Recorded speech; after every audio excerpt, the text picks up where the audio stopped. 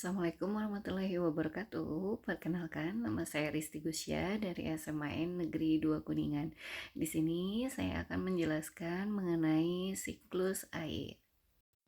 Pernahkah Anda berpikir kenapa ya air di permukaan bumi kita itu selalu ada sampai dengan sekarang?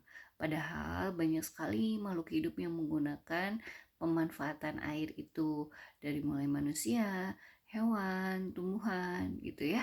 Tapi kenapa ya airnya masih tetap ada sampai dengan sekarang? Hidrosfer berasal dari bahasa Yunani, yaitu hidros artinya air dan sfer artinya lapisan. Hidrosfer adalah lapisan air yang terdapat di bumi, yaitu meliputi air yang ada di permukaan maupun di bawah permukaan bumi. Hidrosfer dapat diartikan semua air yang berada di bumi, baik dalam bentuk cair, padat, dan gas. Hidrosfer meliputi samudra, laut, sungai, danau, air tanah, mata air, hujan, dan air yang berada di atmosfer. Jumlah air di bumi relatif tetap. Sebanyak 97% dari jumlah tersebut adalah air asin yang berasal dari lautan. Air tawar yang merupakan kebutuhan utama manusia di dunia tidak lebih dari 1% dari keseluruhan air yang tersedia di dunia. Volume air relatif tetap karena air di bumi senantiasa bergerak dalam suatu lingkungan perputaran yang disebut siklus air.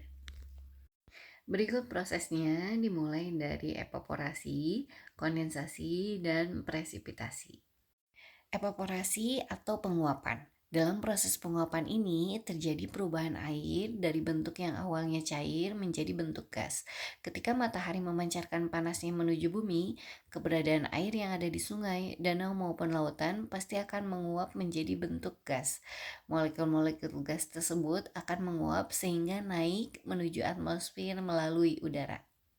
Kondensasi adalah suatu proses yang mengubah air dari bentuk gas menjadi bentuk cair.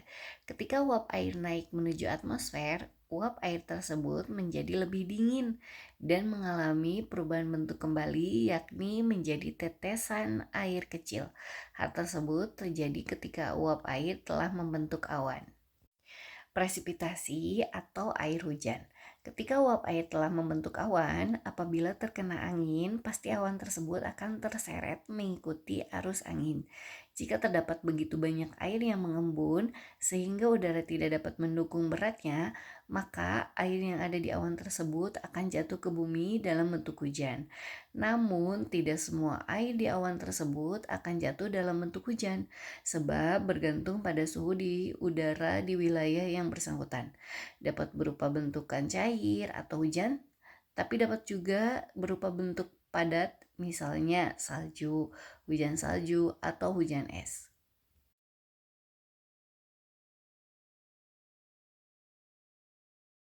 Setelah proses evaporasi, kondensasi, dan presipitasi, air hujan dapat mencapai permukaan tanah.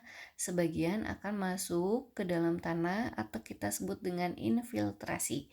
Sedangkan air hujan yang tidak terserap ke dalam tanah akan tertampung sementara dalam cekungan-cekungan permukaan tanah untuk kemudian mengalir di atas permukaan tanah ke tempat yang lebih rendah atau kita sebut dengan runoff, kemudian masuk ke sungai.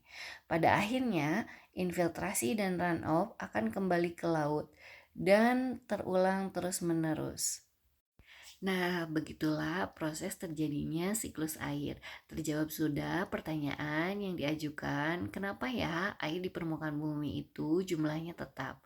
Yap, betul sekali. Air jumlahnya tetap karena adanya siklus air yang terjadi terus-menerus sampai dengan hari ini. Jangan lupa tetap jaga bumi kita dengan cara menghemat air.